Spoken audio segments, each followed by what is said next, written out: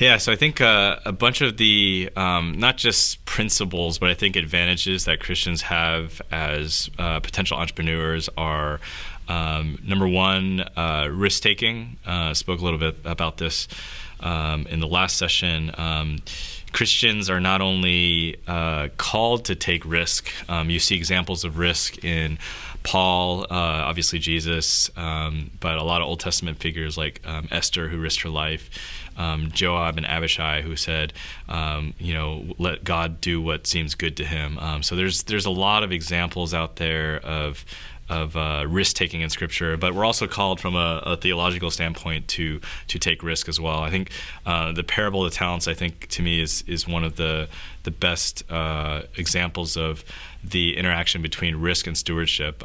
You have someone that was given 5 talents, someone that was given 2, and someone that was given 1, and the fellow that kind of dug away the talent and said, I was afraid that you're a hard person, actually didn't do a good job with risk and didn't do a good job with stewardship, which are the two things that people typically use as against each other. I think risk taking is a huge advantage, also because we as Christians we understand the sovereignty of God as such a core principle to our theological underpinnings. Because God is sovereign, we can really take no risk. And therefore, going into something and taking that risk, as long as it's not foolish, and there's a lot of foolish risk as well, but there are abilities that we have as Christians that in the risk-taking area that we're really not taking. If you look at the reputation of Christians, typically they are the most conservative, sort of lack of risk-taking, safety individuals, and that's a culture that really needs to change, and it's something that isn't being applied in a lot of cases, and it's something that I feel like is a biblical principle.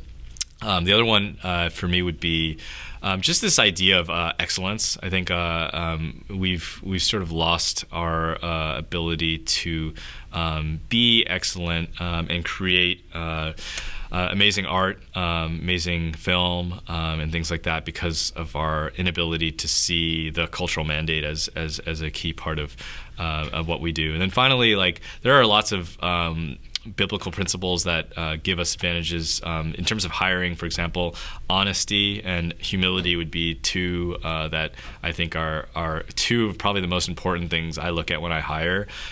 Someone's smarter than someone else, but they're not as honest.